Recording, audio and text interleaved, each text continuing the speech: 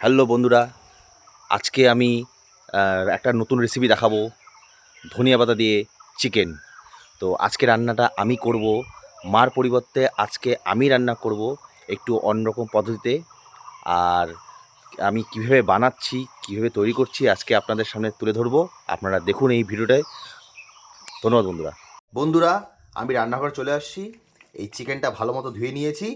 এখন এর মধ্যে হলুদ, লবণ, তেল দিয়ে সুন্দর করে মেখে রাখবো। স্বাদ মতো একটু লবণ দিয়ে দিচ্ছি, সামান্য একটু হলুদ দিয়ে দিব, যেহেতু ধনিয়া পাতা দিব এর জন্য সামান্য অল্প হলুদ দিব। একটু জিরার গুঁড়া দিয়ে দিচ্ছি।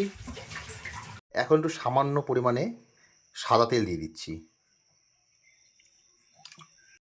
এখন এটাকে ভালো মতো মেখে মিনিমাম 10 থেকে 15 মিনিট ঢেকে রেখে দিব। চিকেনটা মাখা হয়ে গেছে ঠিক মতো সুন্দর করে। এখন 10 মিনিটের জন্য এটাকে রেখে দিচ্ছি ঢেকে। আমি চিকেনের জন্য এখন মশলা তৈরি করব। দুটা পেঁয়াজ কেটে নিয়েছি, একটু লঙ্কা, আর এখানে দুটা রসুন আছে, আর এখানে একটু সামান্য পরিমাণে একটু আদা আছে। এখন এটা আমি মিক্সচারে পেস্ট করে নিব। এই মশলাটা সুন্দর করে পেস্ট হয়ে গেছে। চিকেনের মশলা রেডি। বন্ধুরা, কড়াই গরম হয়ে গেছে।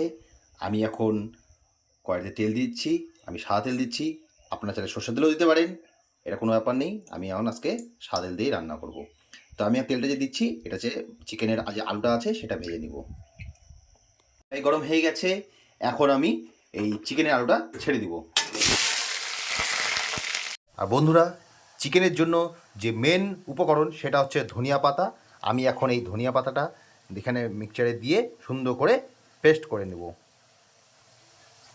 আলুটা সুন্দর লাল লাল করে ভাজা হয়ে গেছে। এখন নামিয়ে দিব।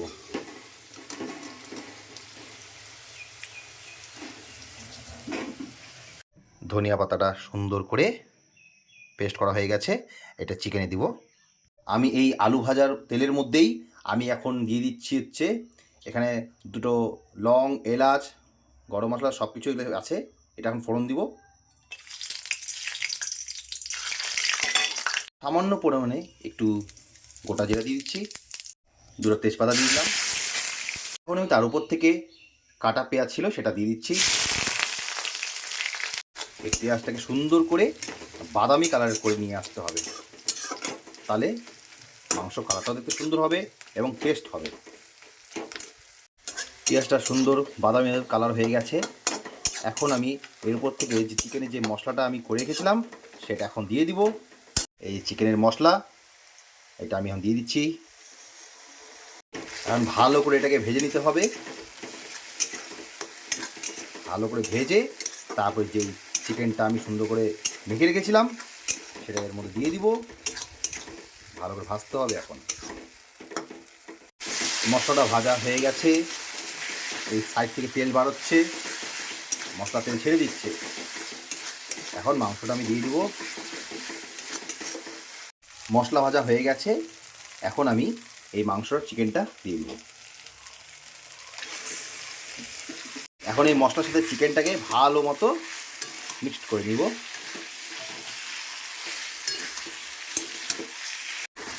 চিকেনটাকে ঢেকে ঢেকে ভাজতে হবে। এখন এটাকে আমি ঢেকে দিব চিকেনটাকে, তাহলে ভালো মতো সিদ্ধ হবে। আমি এখন ঢেকে দিচ্ছি।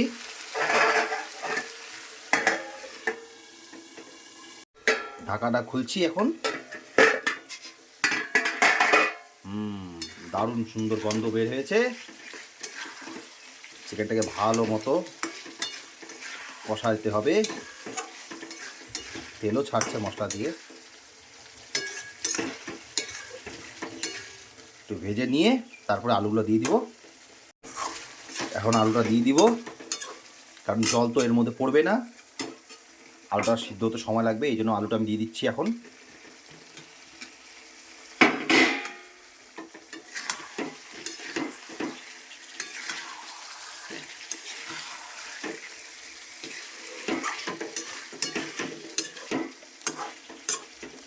ঢেকে দিব। এক হাতে মোবাইল ধরে রান্না করাটা খুবই কষ্টকর। ঠিক আছে বন্ধুরা, এখন ঢেকে দিচ্ছি। এখন ঢাকাটা খুলে নিই, খুলে নিয়ে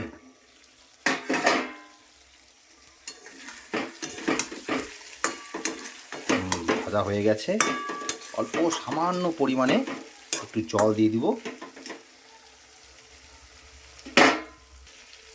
জল দিয়ে দিচ্ছি একটু পরিমাণে।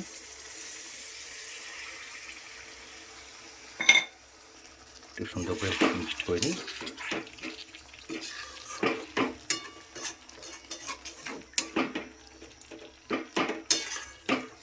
মাংস মোটামুটি সিদ্ধ হয়ে গেছে। একটু ঢেকে দিই অল্প সামান্য, ঢেকে দিচ্ছি। ঢাকনা খুলছি।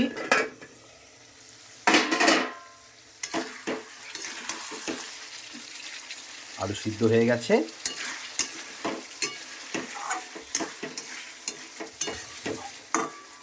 এখন এই চিকেনের যে মেন উপকরণ ধনিয়া পাতার বাটা বা ধনিয়া পাতার পেস্ট, যেটা পেস্ট করে রেখেছিলাম সেটা এখন এর মধ্যে দিয়ে দিব। এখন এর উপর থেকে ধনিয়াটা পেস্ট যেটা করেছিলাম সেটা দিয়ে দিচ্ছি। ধনিয়াটা দেওয়ার পরে সুন্দর করে চিকেনটাকে ভালো মতো চিকেনের মধ্যে মিক্সড করে নিব।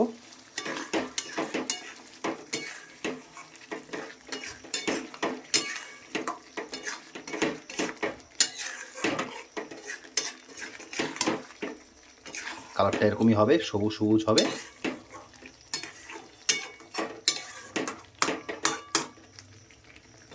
আরও কিছুক্ষণ একটু রেখে তারপরে চিকেনটা নামিয়ে দিব।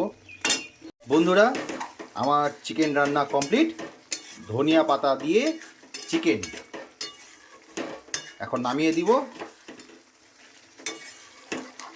আলুও সিদ্ধ হয়ে গেছে, চিকেনও সিদ্ধ হয়ে গেছে, এখন নামিয়ে দিচ্ছি।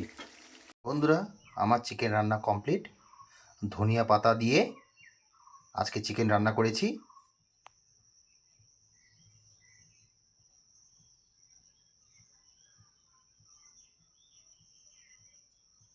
হ্যালো বন্ধুরা, তো আমার চিকেন রান্না কমপ্লিট হয়ে গেছে। আপনাদের ভিডিওর মাধ্যমে তো আপনাদের সমস্ত কিছু দেখালাম। ধনিয়া পাতা দিয়ে চিকেন করলাম। তো ভিডিওটা কেমন লাগলো সেটা অবশ্যই আমাকে কমেন্ট করে জানাবেন এবং লাইক সাবস্ক্রাইব করে আমার পাশে থাকবেন। এবং অবশ্যই আপনারা নিজেরাও আপনারা এই বাড়িতে এইভাবে করে চিকেন বানিয়ে খাবেন। ধন্যবাদ বন্ধুরা।